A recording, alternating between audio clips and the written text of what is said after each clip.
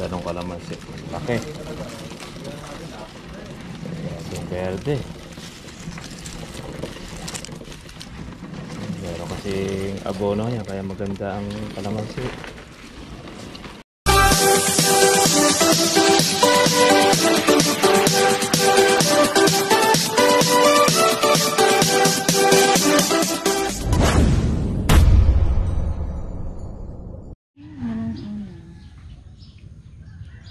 Wow.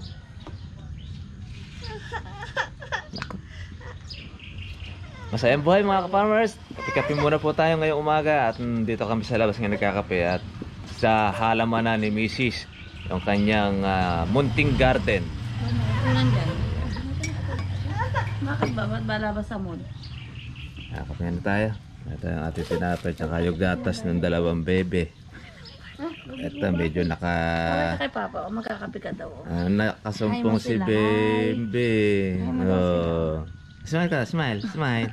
May toyo ka. Smile. Ayan lang. Ang konti naman kasi ng milk niya. Sinong hindi tutuyuin? Ayaw niya tuloy. Kaya nga makonti yan para gusto niya. Yeah. Ito madami ayaw. Okay. Mas maganda ang gising, mas maganda ang ating pagkatrabaho pagka mayroong kape sa umaga. Yan. Ba't ginagawa mo sa tinapay? Tinalagay mo sa gatas mo. Kainin niya. So, sinasaw-saw yun. Hindi, Madumi daw kasi kaya binababad niya. Hindi binababad yan. Madumi nga. Okay.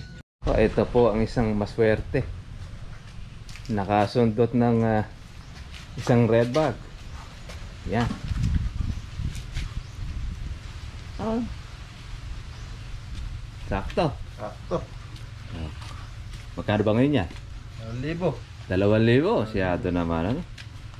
Imagine ninyo, farmers. 2,000. 5 piso natin sa natin. Katumbas yan ng isang kabang bigas. Isipin ninyo, napakaasim niya, 30 kilos. Ang bigas ay 50 kilos. Ganyan kamahal ang kalamansi ngayon. Yung mo, hanggang tanghali lang pinitas, naka 2,000 na yan. Imagine ninyo paano na kung halimbawa marami pa ang inyong kalamansi at yung ganyan presyo inyong ma-tsempuhan. Eh, sino ba naman ang hindi gaganahan? Lalo na pagka mag-aalaga. Yan ang advantage pagka masipag ka mag-alaga, meron kang napupitas. Yung panunod naman yan ang susunod naman napipitas niya. May natira pa ba? Bulaklak. Bulaklak, ang makapal. Kapal. Ayun. Pang May. April. Yan ang mga susunod naman na alagaan niya. Kaya swerte mga may pitasin ngayon. 2,000 ang kalamansi. Ang farmers, ako rin naman napipitas din. Gusto ko rin makatikim din ng 2,000 eh. Kaya pipitas tayo ng isang bag para meron tayong pambigas. Kapalitan natin ang bigas, ang kalamansi, ng isang kabang bigas, ang isang bag na kalamansi. Yan, para ma-convert natin na pangkain bang araw-araw, iswa-swap lang. Kaya pipitas tayo para meron tayong bigas. Okay mga farmers, samahan niyo po ako ngayon sa ating pong pagpitas ng kalamansi. Ngayon po yung mag-uumpisa ako ngayon dahil tanghali na. Meron kasi akong activities kaginang umaga. Kaya yun po tayo mamumulot o manghahalaw ng ating kalamansi. Okay mga farmers, let's go. Pitas tayo ulit. Ayan na, meron tayo mga panunod eh. Meron tayong pitasin sa taas. Sa makalawa po natin ito ipatitira. Bukas kasi meron tayong lakad. Yan. Inuuna muna natin ito mga farmers yung ibaba. Para yun na, maiwasan na rin po natin yung mawala. Alam niyo mga farmers, pagka po ganyang mahal ang kalamansi, hawakan mo ang puno, ay hawakan mo ang bunga. Dahil asahan mo na, pag marami ang iyong kalamansi, marami kang pitasin, sigurado ang mga kawatan ay aabang-abang. Ikaw na lang din ang binabantayan ng mga tulonggis. Kaya yung mga may-ari ay obligado niyan tulugan ng kanyang kalamansi. Kaya dahil pagka nanakawan ka niya ng isang red bag, asahan mo na yung iyong matagal na pinaghintay sa isang iglap ay nawala. Kaya kung pagka pwede na pitasin ang kalamansi, pitasin na para nun maagapan ninyo maging pera na.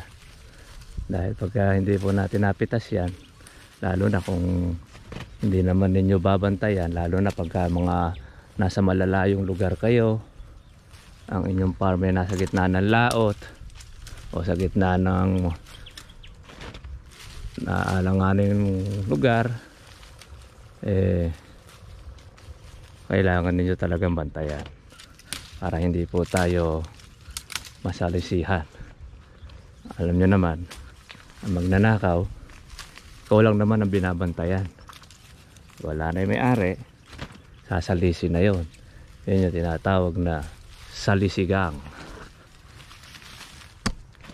Lalo na po sa hirap ngayon ng buhay, panahon pa ng pandemic, bagay kahit naman hindi panahon ng pandemic, marami talagang mga makakati ang kamay nang hangad talaga ay mamerwisyo, yung kumita sa mga ginhawang paraan na walang pagod.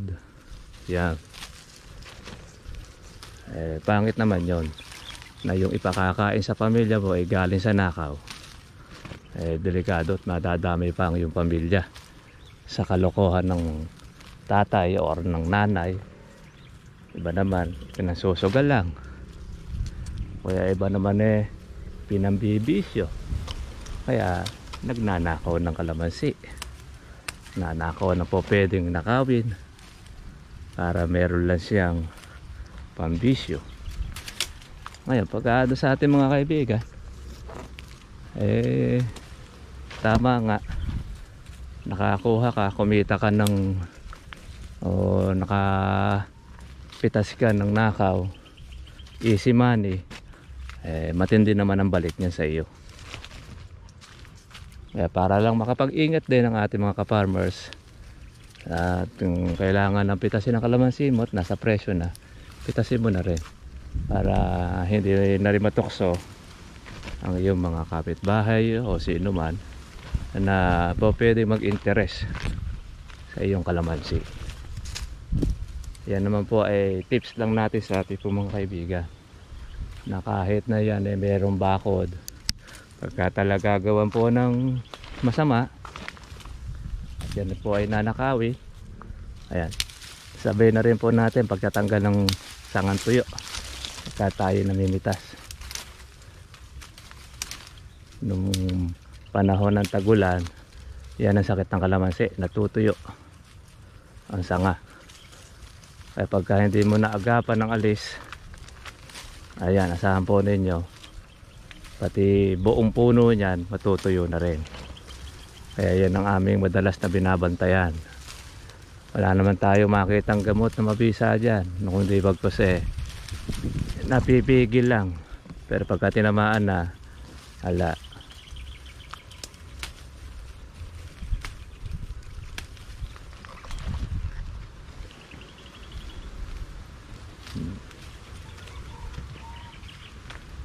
kaya sa ating mga magkakalamansi, tiyaga-tiyaga lang, tiyaga lang sa pag-aalaga. Meron kang pang-alaga at meron kang pagkakataon, alagaan po nating maigi kalamansi po ninyo para pag dumating yung ganyang mahal, swerte, meron kayong napipitasan, mararamdaman ninyo ang inyong pinagpaguran.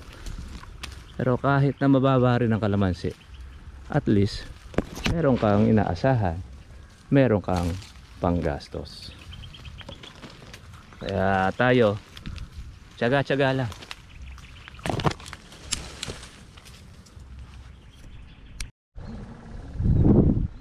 Okay mga ka-farmers, eto na po at nakapitas na po tayo. Ngayon ang marami-rami itong ating napitas na ito. Yan. Meron na tayong kalahating red bag. So sa 2,000, meron na tayong ka-farmers na 1,000 pagka meron tayong 15 kilos. Ganun lang po mga ka-farmers, tsaga-tsaga lang, halaw-halaw para meron tayong magandang siyempre panggastos at pangalaga na rin sa kanya.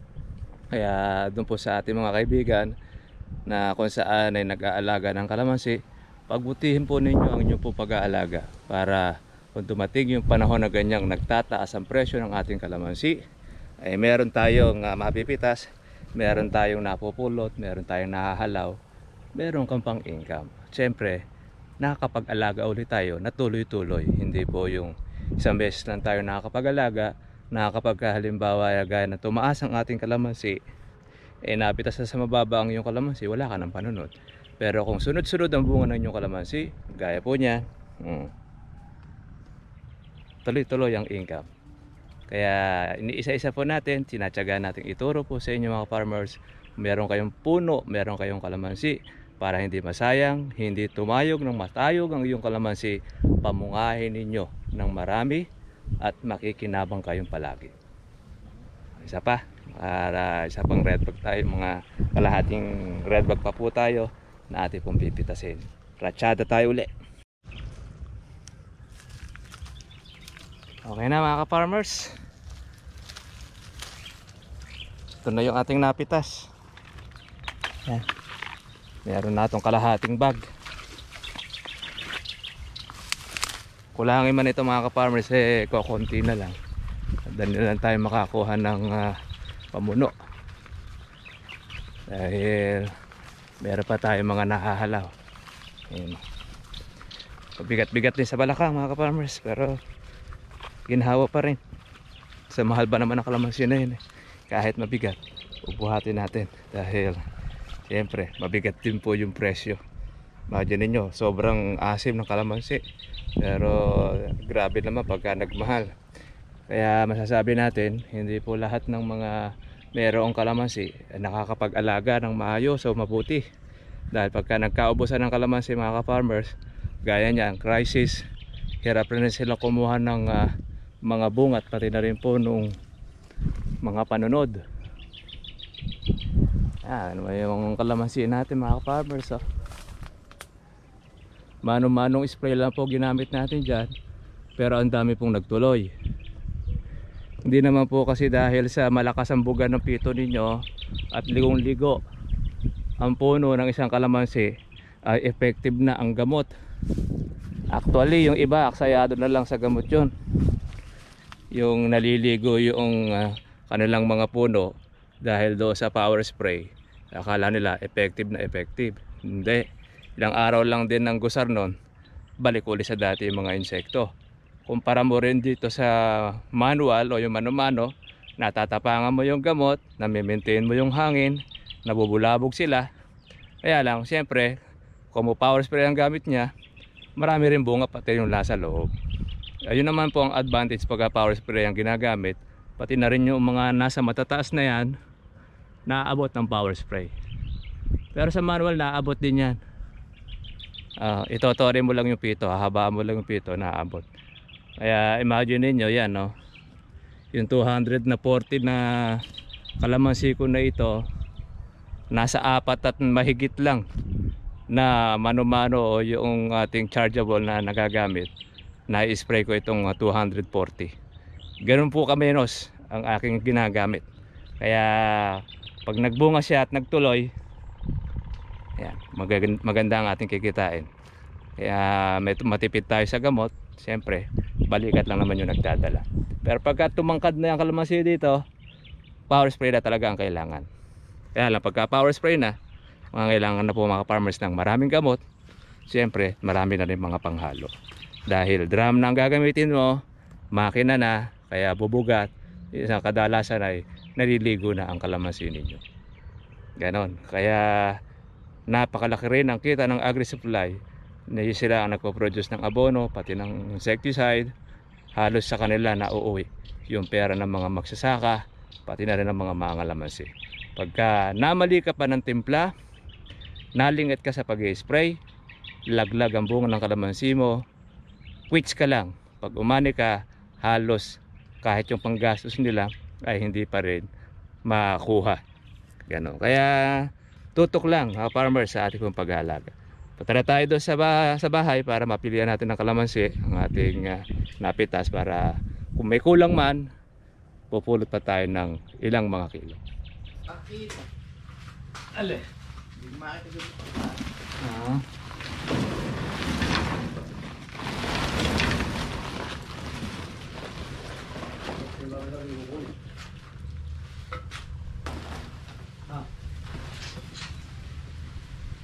Okay mga farmers natin, ito siguro para makilo natin, kailangan natin pilihan ng ating hinog. Mahal po ngayon ng hinog mga farmers, kasi mahal ang berde, kaya marami ngayon bumibili ng hinog, yung reject, dahil kalamansi gintong ginto.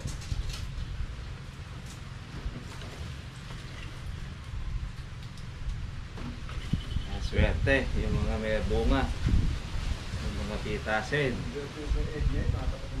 na matatapat sa kanyang presyong porsonada. Break niya yung nakaraang Mayo nung kalawang taon.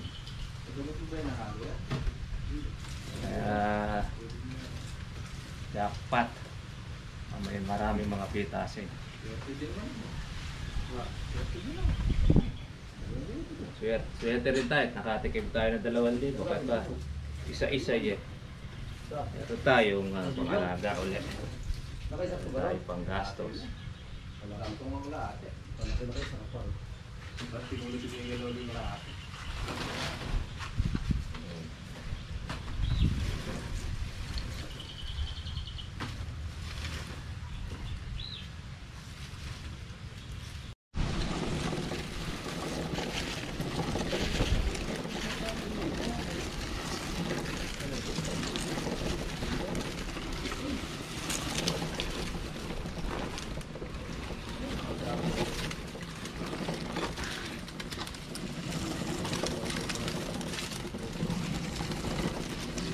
Ganda ng kalamansi. Okay. Yung verde. Meron kasing abono niya, kaya maganda ang kalamansi.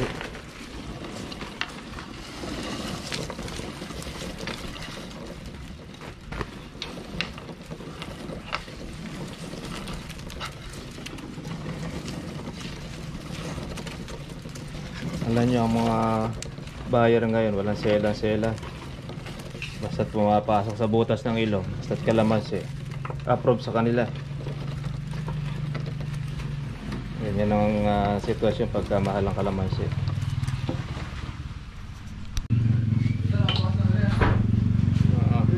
Baka mag-sitito mo. Maya pa. Ayun, nakabukas na yung pinto. Hindi, dito ka lang. Dito lang. Nakabukas na yung pinto, ano? Yung magkape. Malingat eh. 2,000 eh. Hindi mo wala, 4,000. Meron tayo additional.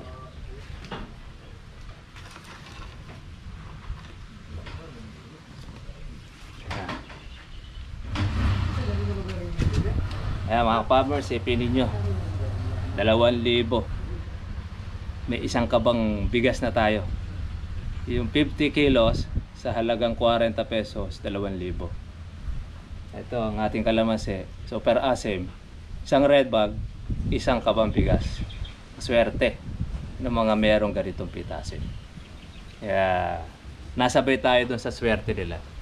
Yun ang isang napakahalaga, at na makita ninyo sana yung pagtsatsaga at yung kailangan din natin noong meron kang dedication o yung pagmamahal sa ating ginagawa, para lalo natin sisipagan ang ating pag-aalaga ng kalamansi. At nakaka-inspired pag meron tayo nakikita mga ka-farmers umaani ng marami na tiyempo sa presyo. Siyempre masaya sila, masaya rin yung kalooban, dahil yun na nga, meron silang kitang maganda. Okay mga farmers, bago tayo magpaalam, may shoutout muna tayong kay Ken GB taga Peñaranda, maraming salamat po. Malay po ninyo isang araw pagka po tayo ay napunta dyan at mayroong magpa-deliver ng punla, pwede po namin kayong pasyalan sa inyong Kalamansian Farm. Gayon din kay Ma'am Maria Pedrina, ito lagi na po natin itong suki na nakakapanood ng ating vlog at meron po siyang suggestion na bawat na matulungan natin at mabigyan po ng punla ay may lista. So, para dun sa kay Ma'am Maria Pedrina ay grant po ang inyong request. Yan, susunod na tayo noong ating pong mga natutulungan at nadadala ng punla para ating namomonitor ang ating mga kaibigan. Kay Ma'am Maria Pedrina. At yun din kay Sir Mariano Francisco, maraming salamat po sa inyong panonood at pagsubaybay nitong ating vlog. Kay Sir Francis Guarin, salamat din sa inyo. Kay Sir Fidel Jaques, maraming salamat po sa inyong panonood. Kay Ma'am Jean Bonus, yan, salamat, may bonus na po kayo. Gayon din kay Tyron Alcantara, ngayon, maraming salamat po sa inyong panonood kay Sir Tyron. At siyempre kay Sir Romy, yan, doon po sa Amerika. Maraming salamat po sa inyong panonood at sa patuloy na paglalagay po ng mga comments sa ating mga video. So hanggang dito lang po muna mga ka-farmers po yung ating vlog ngayong araw na ito. Gaya ng dati, ako po si Kuya Berhel Bunag at lagi natin tatandaan, karunungan at ang kaalaman may katumbas na kayamanan. Thank you for watching. God bless all. Bye bye. Kita-kita na lang tayo bukas.